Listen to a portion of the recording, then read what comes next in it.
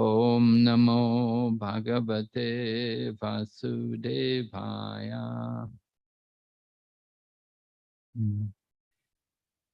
Om Namo Bhagavate Vasudevaya.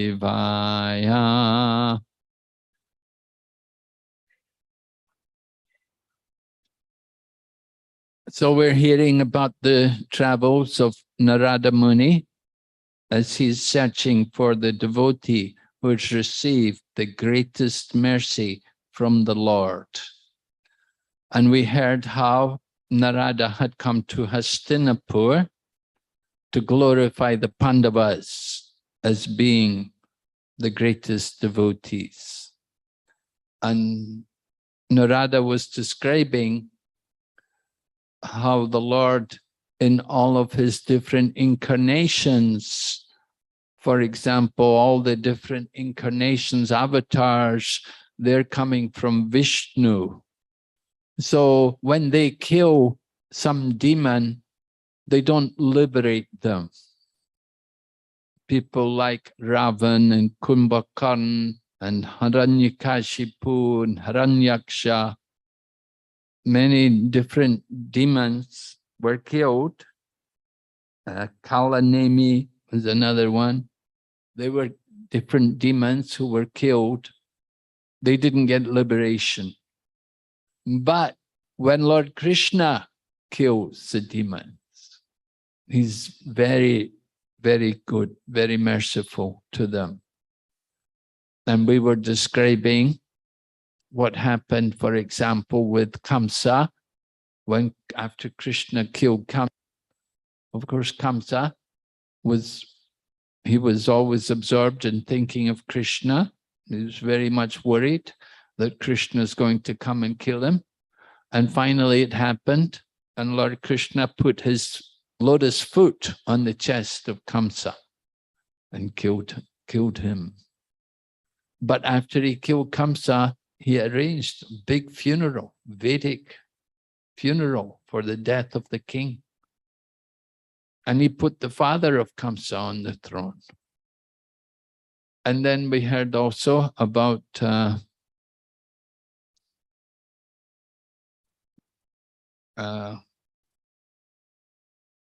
other demons like Kaliya. Kaliya was also a demon. He'd come to the Yamuna River, poisoned the water there in the Yamuna River.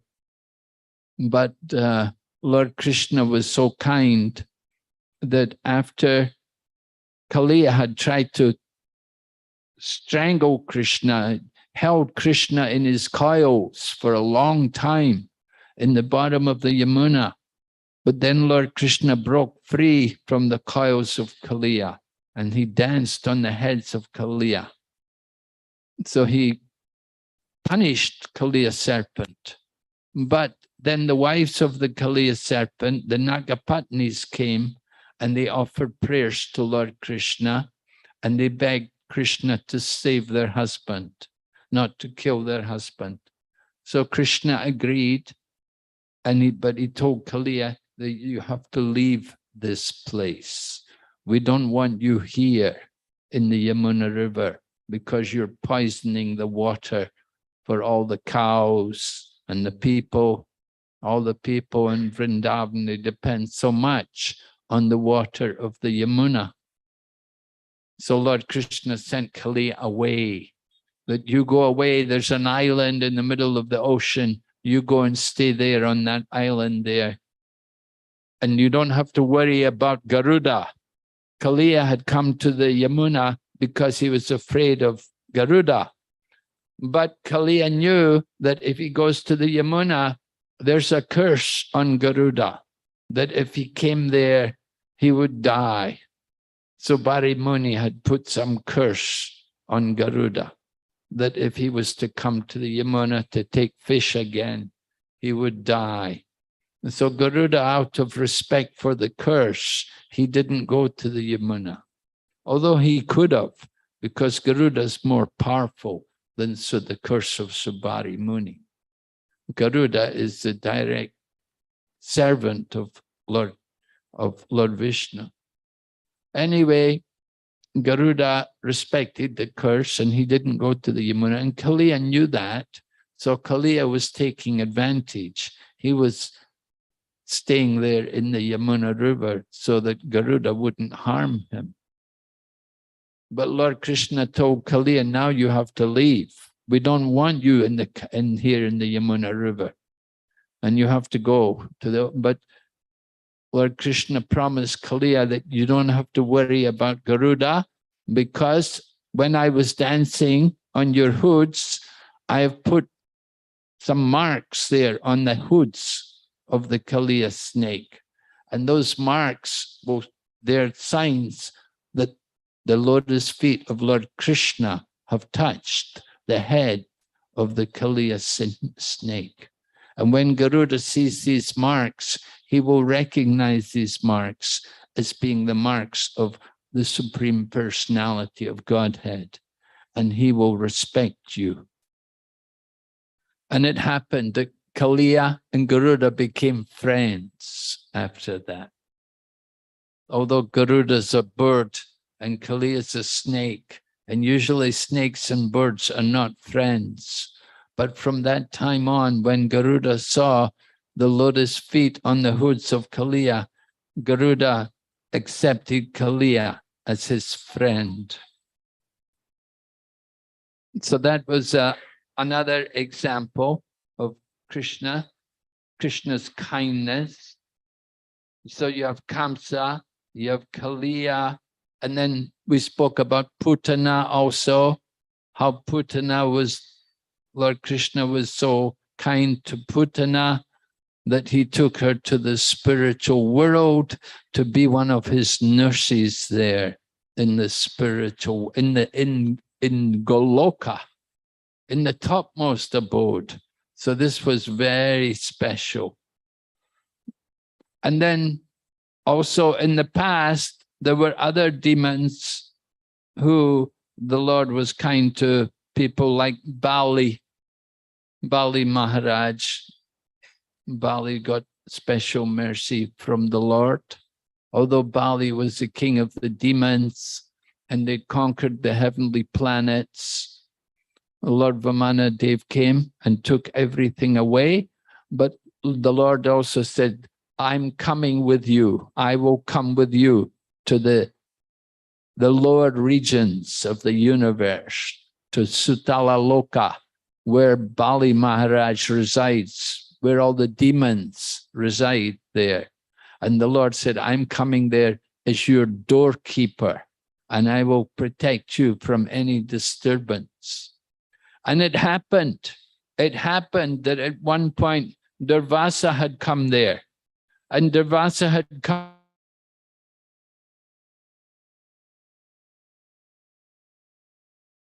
with some demon who was disturbing Dwarka.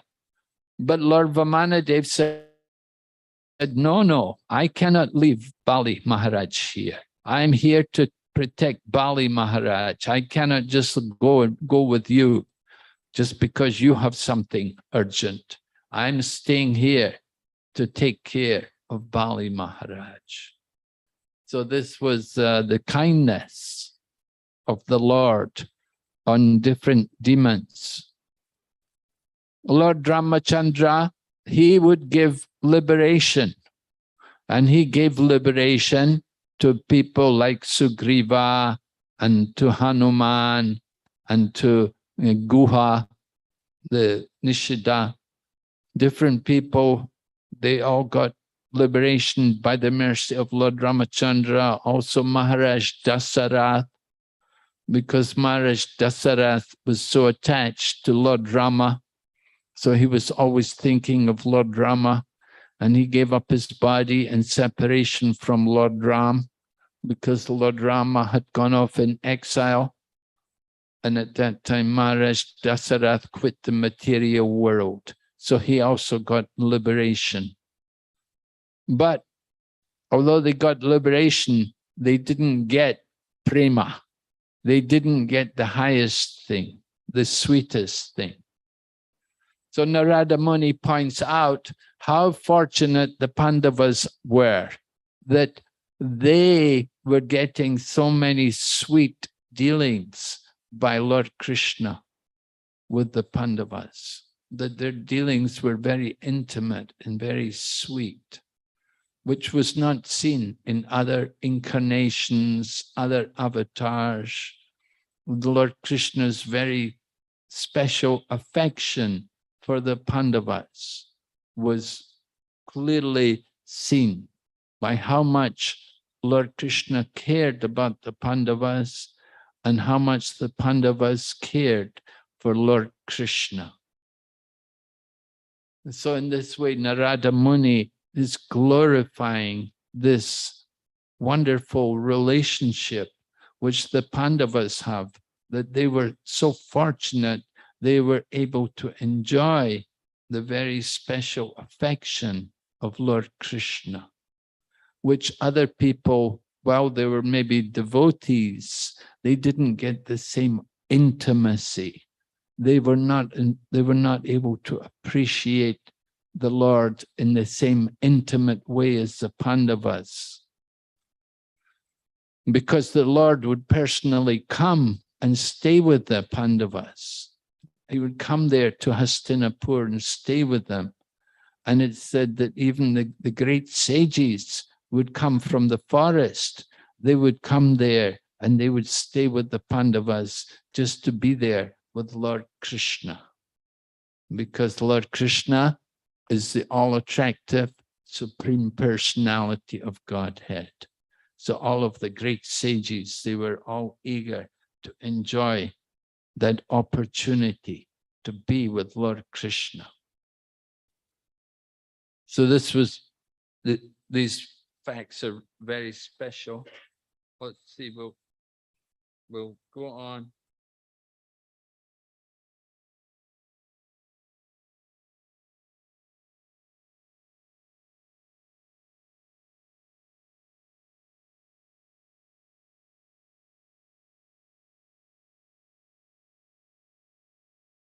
Narada Muni becomes so ecstatic in glorifying the Pandavas that he's not able to control his own tongue. And to stop his tongue, he took hold of his tongue with his teeth. He seized it, just like you bite your tongue. So Narada Muni was biting his tongue just to stop himself, because he was becoming so ecstatic in chanting the glories of the Lord and the greatness of Lord Krishna. And then Narada Muni, he begins to address his tongue. He says, "Dear tongue, this effort of yours attests to your great fortune. As far as you are able, just go on speaking something about these beloved devotees of Krishna." So this is Narada Muni's mood. You see, he wants to go on speaking the glories of Lord Krishna. He doesn't want to stop. This is the nature of people on the level of bhava and prema, that they cannot stop glorifying the Lord. So Narada Muni is appreciating the wonderful qualities, and he doesn't want to stop, but he feels himself inadequate. He says that Lord Brahma, he has 4 tongues, and Lord Brahma, with his 4 tongues, he cannot properly describe the Lord. And what to speak of Lord Brahma having 4 tongues? Lord Anantashesha has 1,000 tongues, and with his 1,000 tongues, he's not able to fully describe the glories of the Lord. So Narada Muni thinks, if Brahma can't do it with his 4 tongues, and Lord Anantashesha has 1,000 tongues, and he cannot properly glorify the Lord, how will I ever be able to glorify the Lord? I only have 1 tongue. This is a position, you see. This is the wonderful nature of Narada Muni. He's appreciating his own inadequacy. in trying to glorify the Lord.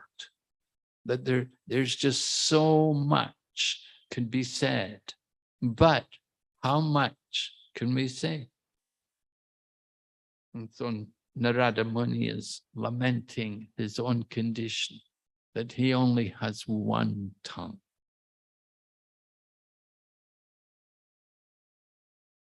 Narada Muni continues, "O great saintly Pandavas, is anyone bold enough to let his tongue describe the unique love for Krishna that each of you have, or the special mercy he bestows upon you?" So the fact is, the Pandavas did have this very wonderful opportunity that they were able to receive the Lord's mercy, the special mercy which the Lord bestowed on them. But Narada Muni wants to bring it to the attention of the Pandavas. He wants them to understand their good fortune. Sometimes, when we're in the position of good fortune, we don't always appreciate.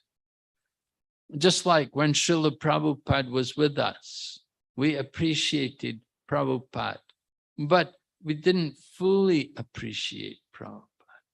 And it was only after he left, then we appreciated Prabhupada so much more.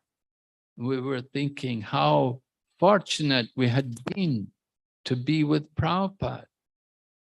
And we never properly took full advantage of that association. And after he goes, then you lament. And so similarly, it happens like the Pandavas, they're there and they're associating with Lord Krishna. But Lord Krishna is not always going to be with them. Sometimes because Lord Krishna has to come to Hastinapur to be with the Pandavas, and he will have to leave Dwarka. So when Lord Krishna will leave Dwarka, then all the people in Dwarka, they're feeling the pain of separation, that Krishna has gone. And they're so anxious, when will he come back? So we were describing earlier how the Pandavas were planning how to bring Krishna to Hastinapur. They were saying, maybe we could tell him we're going to have a yagya. Maybe he will come if we have a big yagya. Or maybe we will tell him the demons are attacking us. We need your help. Somehow or other, they're thinking how to attract Krishna to come.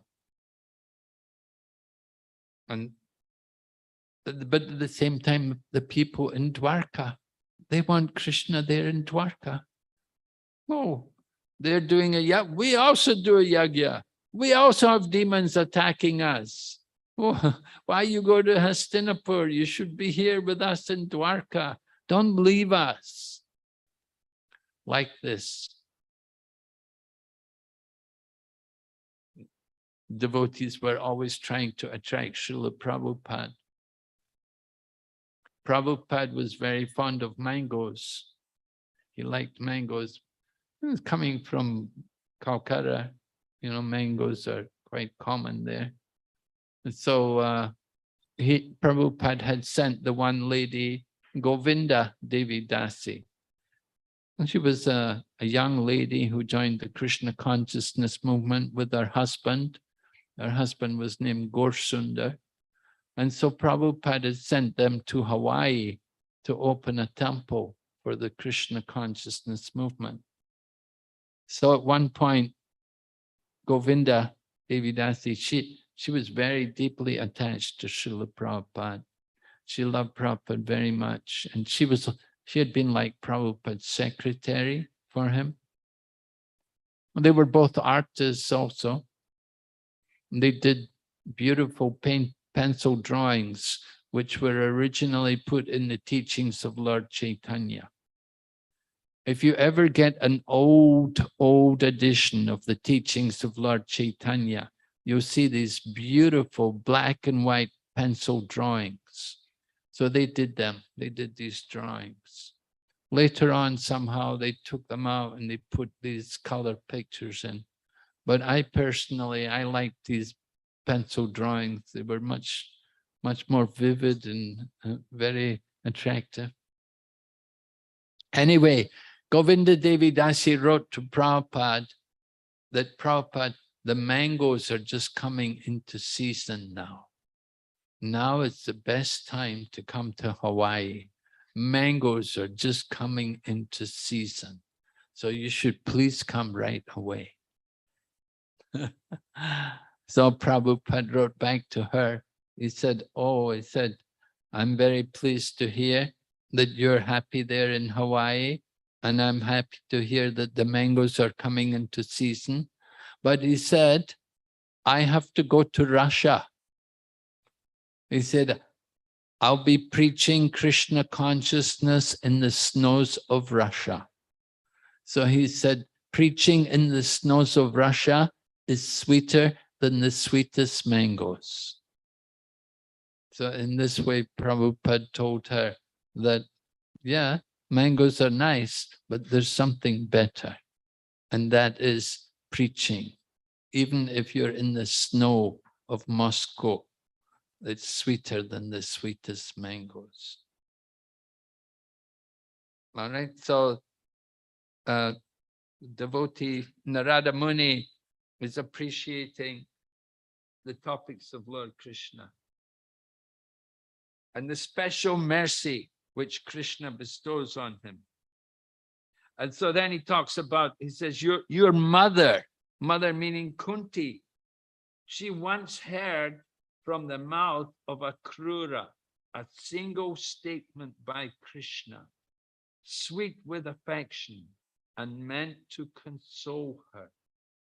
As soon as she heard it, she plunged into a swiftly flowing current of prema. So this incident, this is described how Akrura, after Akrura had brought Krishna and Balaram to Mathura, then at one point, Lord Krishna requested Akrura to go to Hastinapur to see how Duryodhana is dealing with the Pandavas. Lord Krishna was concerned about the welfare of the Pandavas, so much so that he asked Akrura to go there to Hastinapur and observe and see what's going on. So you can read in that chapter of the Krishna book how Akrura goes there and he meets with Vidura as well as Prita or Queen Kunti. And he meets with Queen Kunti, and of course Queen Kunti's, she knows what's happening. She knows about all the atrocities which are being committed against her sons. Duryodhana and all of his brothers, they're very envious of the Pandavas, and they're always planning how to rid the world of the Pandavas. So they tried so many different things. We know they'd built a house out of shellac, and they told the Pandavas, this is for you. We built this just for you. Very special, beautiful house. But it was made of shellac.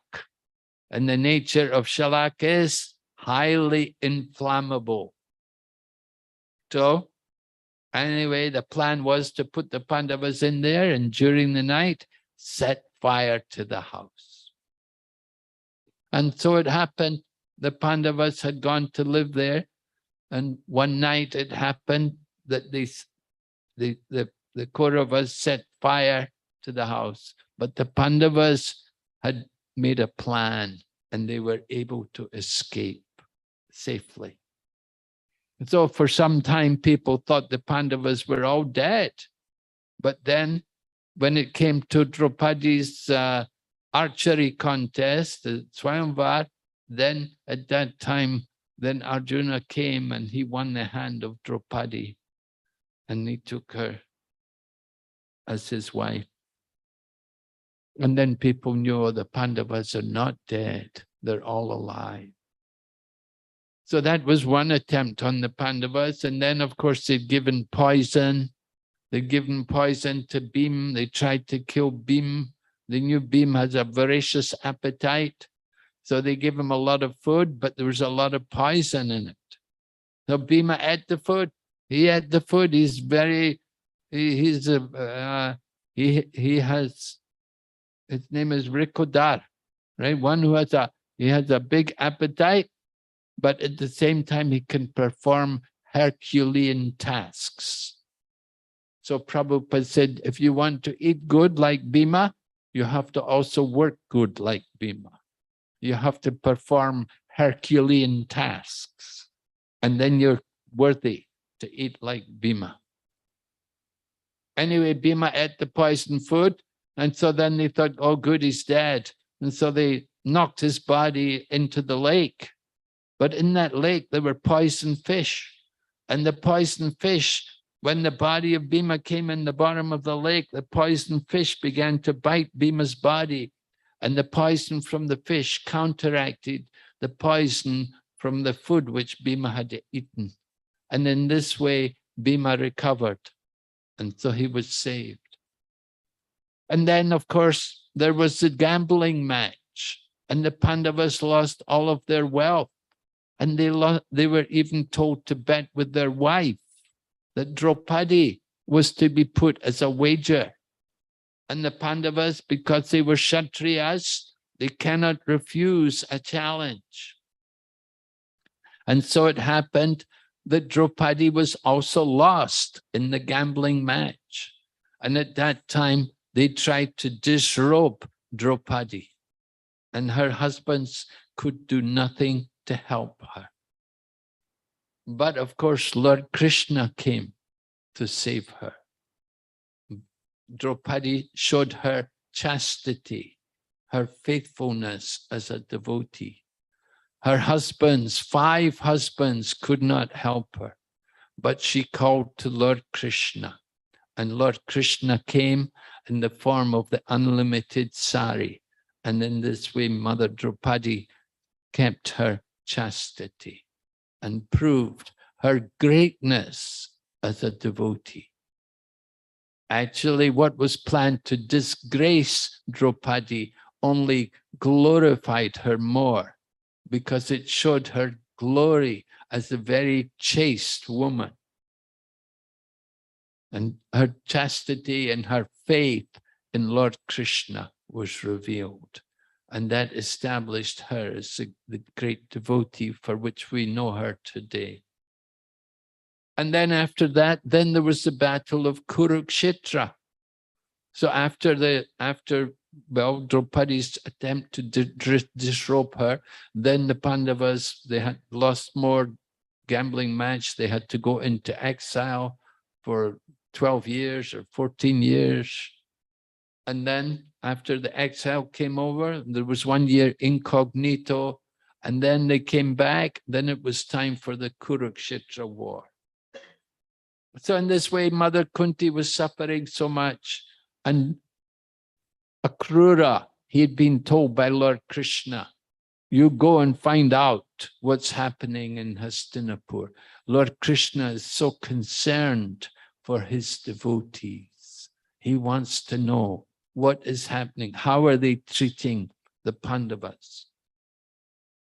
So that's told there in the Srimad Bhagavatam, how Akrura hears about what's happening in Hastinapur, and how Mother Kunti, hearing about Krishna, she awakens Krishna Prem, because Queen Kunti is also a great devotee, not an ordinary soul. So then Narada describes more about Kunti. He said, Kunti often lamented with poignant words that could better or that could shatter the heart of anyone who heard them. And she bore the burden of love for all of you, staying tied to you only because you are very dear to Lord Krishna.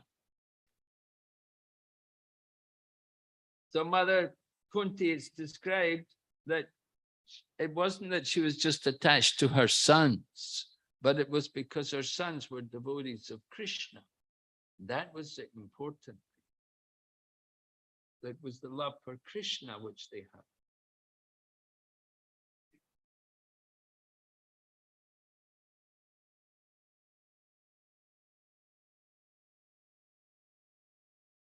Krishna was the life of the Yadus, and he tried for a long time to leave for Dwarka, but by enveloping him with plaintive prayers, she kept him in her home.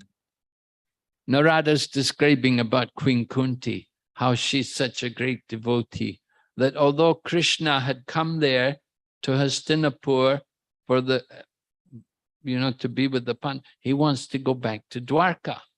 Of course, after the Kurukshetra war was over, Krishna was ready to go back to Dwarka. But, of course, then there was Ashwatthama. Ashwatthama threw Brahmastra weapon. Uttara had come running to Krishna for protection.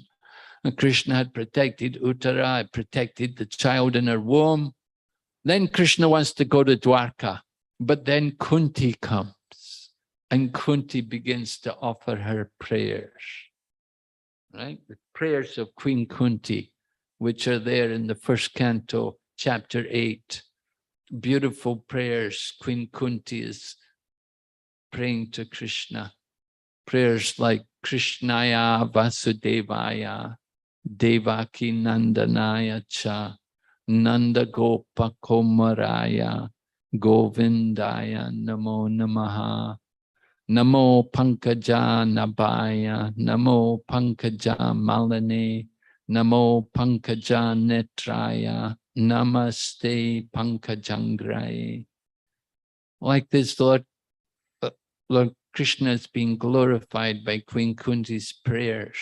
And these prayers are so meaningful and so touching that Lord Krishna becomes conquered. Lord Krishna is Ajita.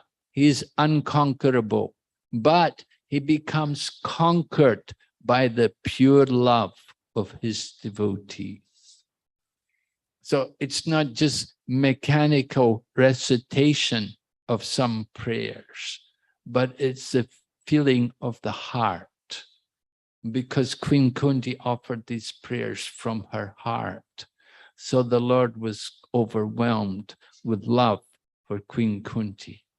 And in this way, he could not leave. He couldn't leave and just go to Dwarka.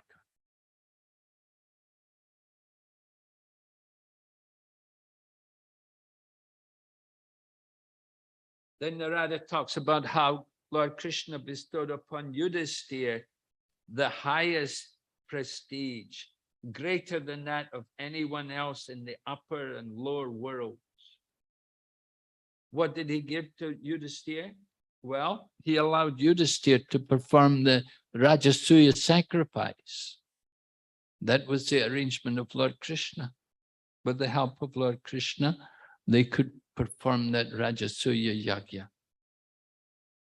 Maharaj, Lord Krishna wants to glorify Maharaj Yudhisthira, not just simply as a king, not just simply as one tiny ruler of a kingdom on this planet, but he wants to glorify him as being the greatest, the most supreme personality in both the upper and lower worlds, in the whole universe, in other words. Lord Krishna wants to glorify his devotee like this. And he did that by the battle of Kurukshetra, that Maharaj Yudhisthira could become the ruler of the world. And then Lord Krishna also arranged for Bhima to be glorified. And how did he arrange for the glorification of Bhima? By having Bhima kill Jarasandha. Lord Krishna fought with Jarasandha 17 times and defeated him Every time he could have killed Jarasandha, he never did it. The 18th time, Jarasandha thought he won. Actually, Jarasandha really didn't win. It was just a game Krishna was playing. Krishna took him up because Kalayavana was coming at the same time. So Krishna took Kalayavana up the mountain, and Muchikunda burned Kalayavana to ashes. But Jarasandha was thinking, I won the 18th battle. Anyway, when it came time for the Rajasuya Yagna, they have to have the submission of all the other kings. So they knew Jarasandha would never accept submission to the Pandavas. But at the same time, Lord Krishna wants to glorify Jarasandha because he knows Jarasandha is very charitable. He likes to follow the Vedic culture. The Vedic culture was to give charity to Brahmanas and to perform yagnas. So Lord Krishna knew this. So Lord Krishna came there with Arjuna and Bhima, and they came to Jarasandha to beg. They came disguised as Brahmanas, and they begged. And what charity did they want? We want a fight. We want to fight you. But Jarasandha said, well, I'm not going to fight Krishna. He ran away last time I fought him. He's the coward. He's Ranchor. I'm not going to fight him. And he said, if I fight Arjuna, he wouldn't be a good match for me. He's not strong enough. He said, but Bhima, you give me a good fight. You want to fight? I'll fight Bhima. And so this was the deal. Jarasandha went to fight with Bhima. And Bhima is so powerful, but still he couldn't defeat Jarasandha until finally Lord Krishna showed him the secret. That Jarasandha, he was joined by the witch Jara. And Lord Krishna took a twig and split it down the middle.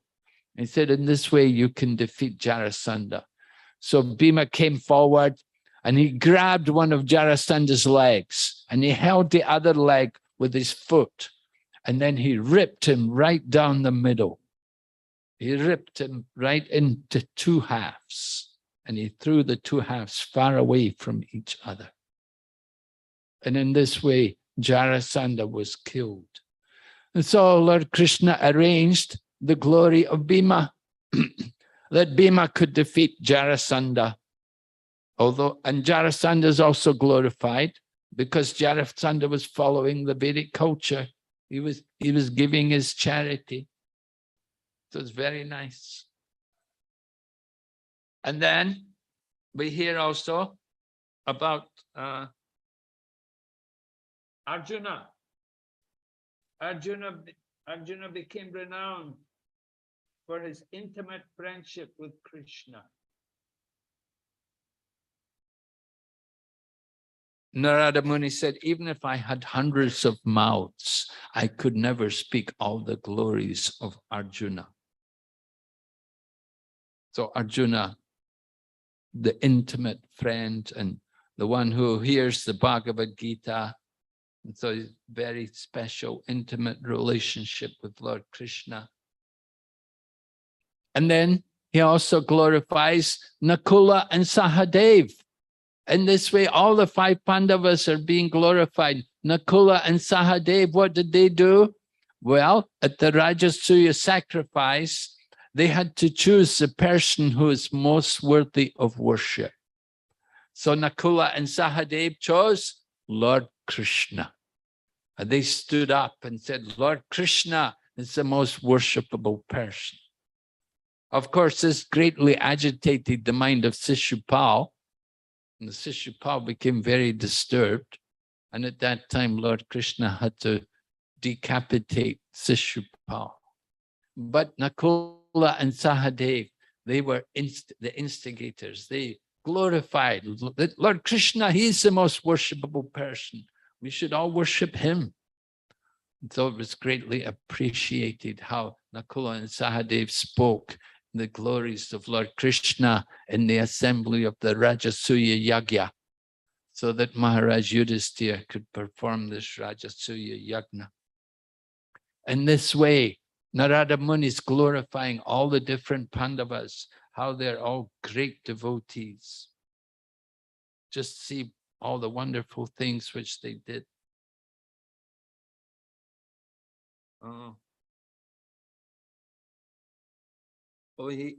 Then Narada Muni speaks about how at the time of the Rajasuya Yagna, Lord Krishna personally sanctified the head of Draupadi. He sanctified her hair. And he would call Draupadi as dear friend.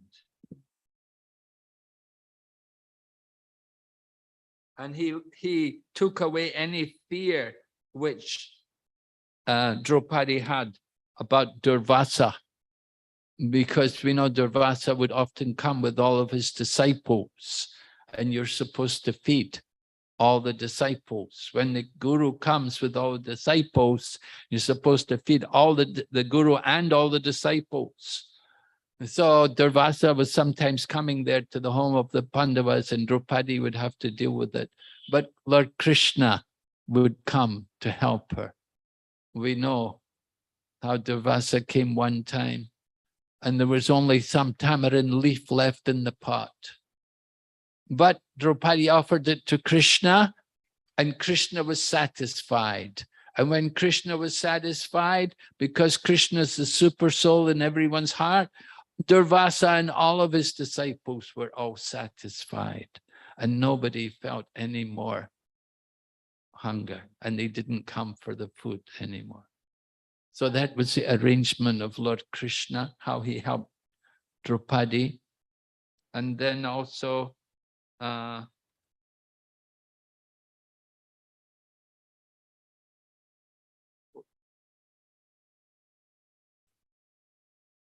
then Dushasan, that Dushasan who tried to disrobe Draupadi. So Krishna came as her sari, he protected her. So that you can see the relationship there between Draupadi and Kunti and the Pandavas, how much Lord Krishna helped them all in their times of their difficulty.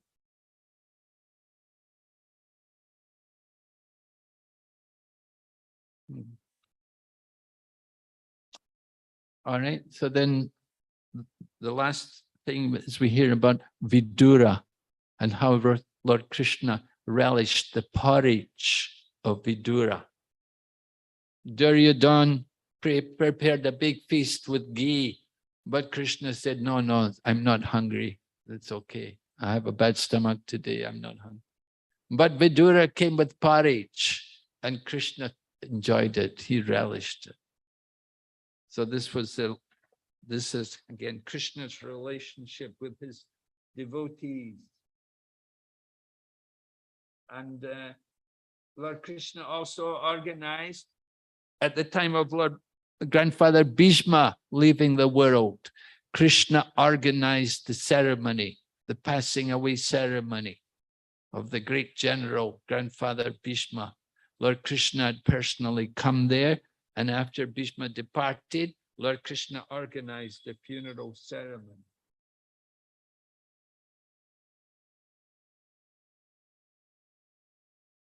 So Vidura and Bhishma rather, they were both dear devotees of Lord Krishna. Although Grandfather Bhishma was on the side of the Kauravas, still he was very devoted to Lord Krishna. And Vidura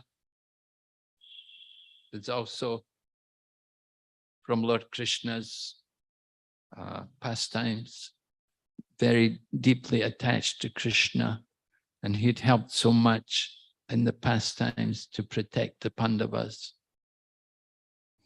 He'd warned the Pandavas about the house of Shelak, be careful there. And so there were so many things to be grateful for. The dealings, the loving dealings between Krishna and the Pandavas and Draupadi, Bhishma, Vidura, they're all the devotees. So they all had wonderful reciprocation from Lord Krishna. And this is why Narada Muni is glorifying them, that you're all the greatest devotees, because the Lord cared so much about you. But you'll hear the Pandavas will say, no, no, no, no. Listen, you've got it all wrong. They will tell Narada Muni that, look, if we were the great devotees, nobody will ever become a devotee. Look how we suffered. We suffered so much. If we're going to be a great devotee, you have to suffer like us. Nobody will ever become a devotee. In this way, the Pandavas, they don't, but they say, you go to the Yadus, the Yadavas, they're good people. So that's the next stage. After we hear about, we've heard about the glories of the Pandavas. The Pandavas are going to tell us the glories of the Yadus. And particularly in the Yadus, there is Uddhava, who is the topmost of all the Yadus, the greatest devotee. And they're saying, he's the great devotee. Go to him. All right, so we'll stop here today. Any questions?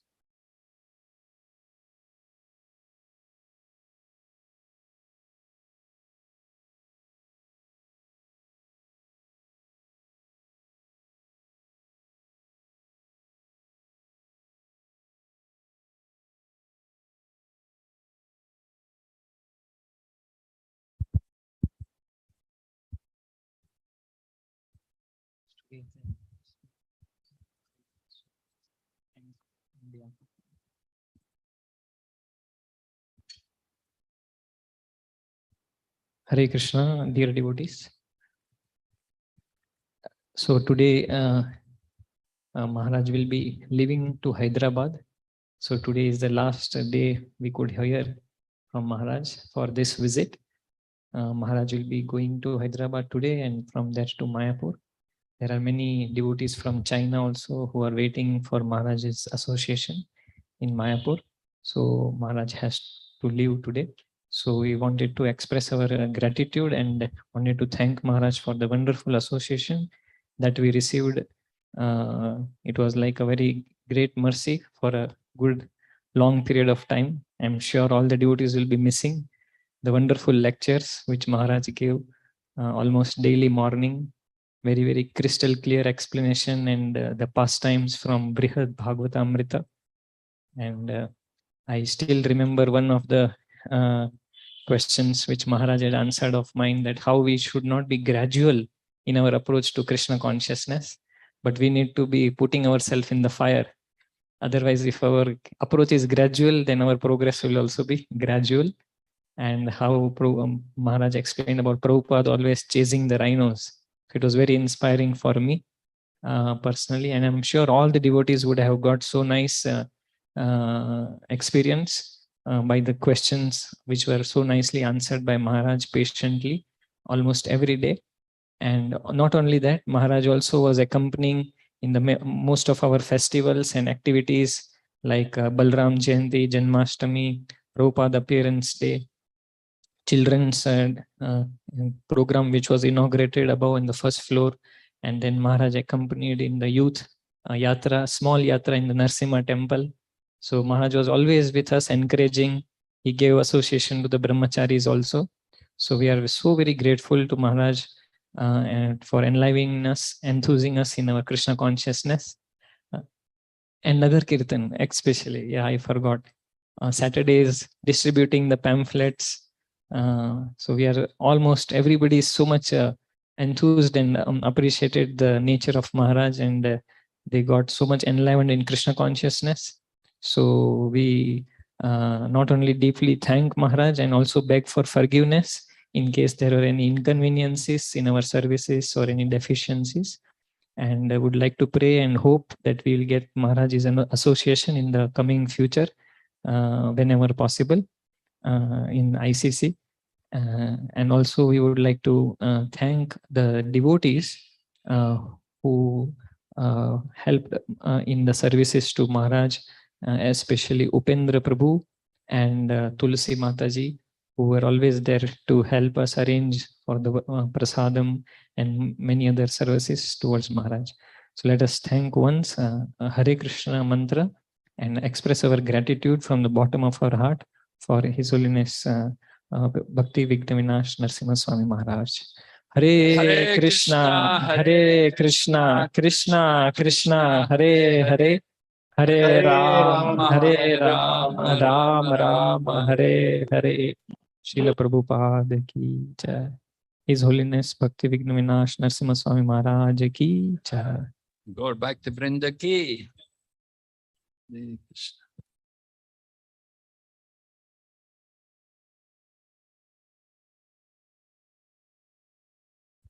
Devotees can come and take prasadam from Maharaj person.